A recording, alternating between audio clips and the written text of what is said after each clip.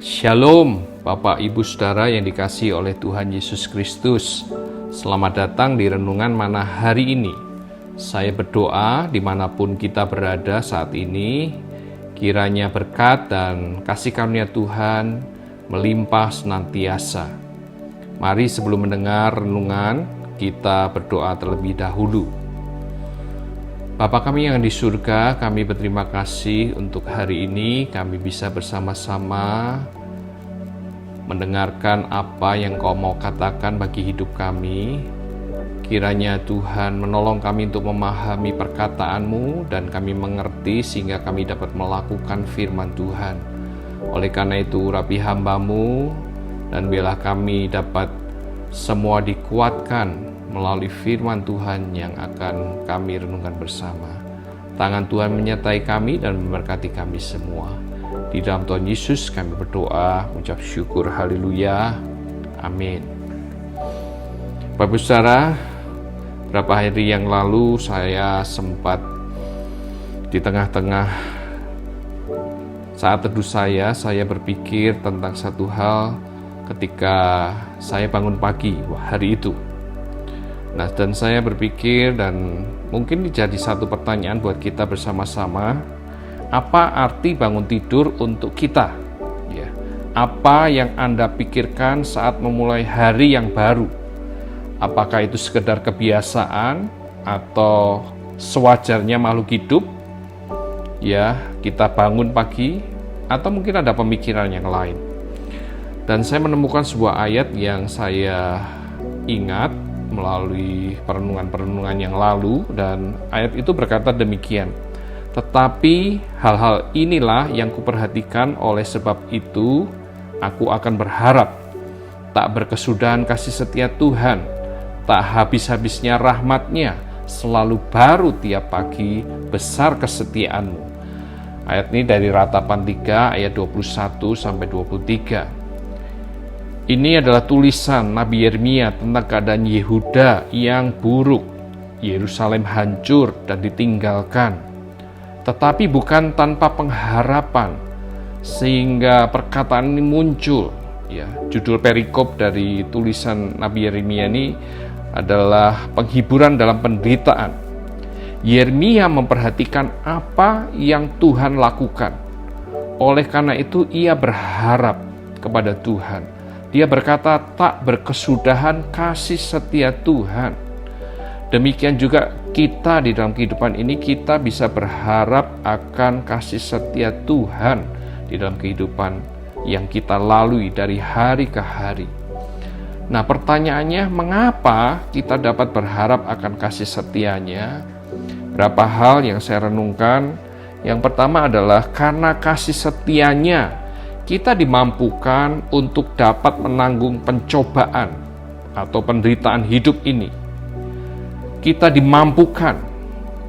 Ada banyak pencobaan hidup terjadi yang dapat menyebabkan tekanan hidup buat kita. Stres, misalnya kekurangan atau kehilangan orang yang dikasihi, suami istri meninggal dipanggil oleh Tuhan, kesepian. Ada banyak tekanan-tekanan di dalam pekerjaan, di dalam keluarga, dan lain-lain. Nah, pilihannya adalah merusak diri, menjauh daripada Tuhan, atau datang ke tahta kasih karunia Bapa. Dan kasih karunia-Nya itu diberikan pada kita supaya kita ini mampu menghadapi, karena Allah itu setia adanya, sehingga Dia memampukan kita untuk menanggung pencobaan penderitaan hidup ini. Ingat akan ayat yang berkata, pencobaan-pencobaan yang kamu alami ialah pencobaan-pencobaan biasa yang tidak melebihi kekuatan manusia, sebab Allah setia dan karena itu Ia tidak akan membiarkan kamu dicobai melampaui kekuatanmu. Pada waktu kamu dicobai, Ia akan memberikan kepadamu jalan keluar sehingga kamu dapat menanggungnya. 1 Korintus 10 ayat 13. Inilah janji Tuhan buat kita orang-orang percaya. Tuhan memberikan kekuatan untuk menghadapi pencobaan-pencobaan. Waktu kita dicobai, Dia akan memberikan jalan keluar sehingga kita dapat menanggungnya. Itu semata-mata karena kasih setia Tuhan, sehingga kita dimampukannya untuk menanggung masalah yang timbul di dalam kehidupan kita. Apa yang jadi masalah hari ini? Biarlah firman Tuhan ini menguatkan kita, mengingatkan kita kasih setia Tuhan tidak berhenti. Kasih setia Tuhan selalu baru, tak berkesudahan kasih setianya bagi kehidupan kita. Hal yang kedua, mengapa kita dapat berharap akan kasih setianya? Karena kasih setianya Tuhan, kita tidak usah mengkhawatirkan lagi hari esok. Bicara tentang masa depan, tidak ada seorang pun yang tahu tentang masa depan. Hal ini menimbulkan kekhawatiran, baik mungkin untuk hidup pribadi, ya kekhawatiran untuk masa depan keluarga, kekhawatiran tentang masa depan pekerjaan, keuangan, dan lain-lain. Tetapi ketika kita sadar bahwa kasih setia Tuhan selalu baru, kasih setia Tuhan tidak berkesudahan, maka kita tidak perlu mengkhawatirkan untuk masa depan. Firman Tuhan mengingatkan kita di dalam Filipi 4 ayat 6, janganlah hendaknya kamu khawatir tentang apapun juga, itu kata firman Tuhan. Tetapi nyatakanlah dalam segala hal keinginanmu kepada Allah dalam doa dan permohonan dengan ucapan syukur. Ya, ketika kita ada kekhawatiran tentang masa depan, Tuhan memberikan arahan buat kita. Nyatakan segala keinginanmu kepada Allah di dalam doa dan permohonan dengan pengucapan syukur. Apa yang saat ini menjadi kekhawatiran kita tentang masa depan? Ingat, kasih setia Tuhan tidak pernah berakhir, tidak pernah berkesudahan. Selalu baru tiap hari, besar kesetiaan Tuhan. Dan ketika kita mengalami kekhawatiran, datang pada Tuhan, ungkapkan hal itu. Dan saya percaya bahwa kasih setia Tuhan akan menolong kita untuk tetap kokoh di dalam iman, percaya bahwa Allah punya merancangkan masa depan yang baik buat kehidupan kita. Hal yang ketiga, mengapa kita dapat berharap akan kasih setianya? Karena kasih setianya Tuhan membuat kita bisa bersyukur untuk rancangan damai sejahtera yang Tuhan siapkan bagi hidup kita. Ya, sering kita tidak memahami mengapa sebuah kejadian menimpa hidup kita. Dalam kasih karunia-Nya kita bisa percaya bahwa segala sesuatu mendatangkan kebaikan bagi orang yang mengasihinya. Kita bisa beriman bahwa Allah selalu merancangkan sesuatu yang baik demi masa depan kita. Orang Israel saat di pembuangan, mereka tidak memahami masa depannya. Allah berfirman melalui Yeremia, firman-Nya, dirikanlah rumah untuk kamu diami, buatlah kebun untuk kamu nikmati hasilnya, ambillah istri untuk memperanakan anak laki-laki dan perempuan, ambilkanlah istri bagi anak-anakmu laki-laki dan carikanlah suami bagi anakmu perempuan, supaya mereka melahirkan anak laki-laki dan perempuan, agar di sana kamu bertambah banyak dan jangan berkurang.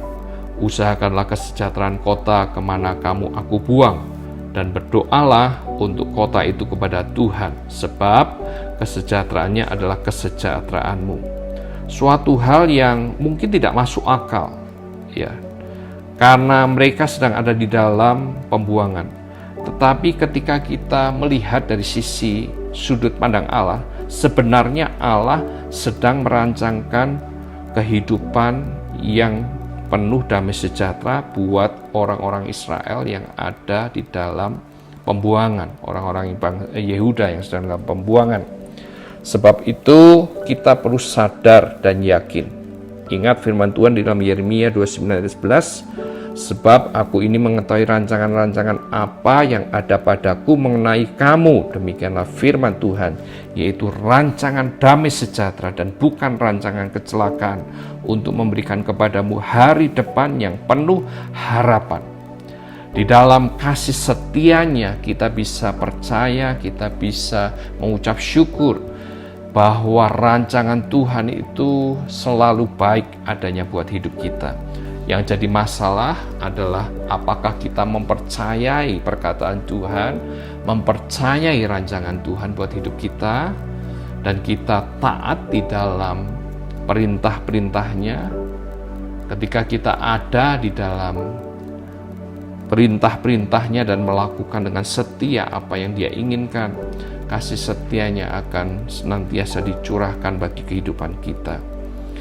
Nah, mari di dalam kehidupan kita senantiasa kita bisa lebih lagi mempercayai kasih setia Tuhan yang tidak pernah habis. Ini yang kita harus perhatikan. Aku akan berharap, kata Yeremia, dan biarlah ini jadi kata-kata iman kita juga. Tak berkesudahan kasih setia Tuhan, tak habis-habisnya rahmat-Nya, selalu baru tiap pagi, besar kesetiaan-Mu.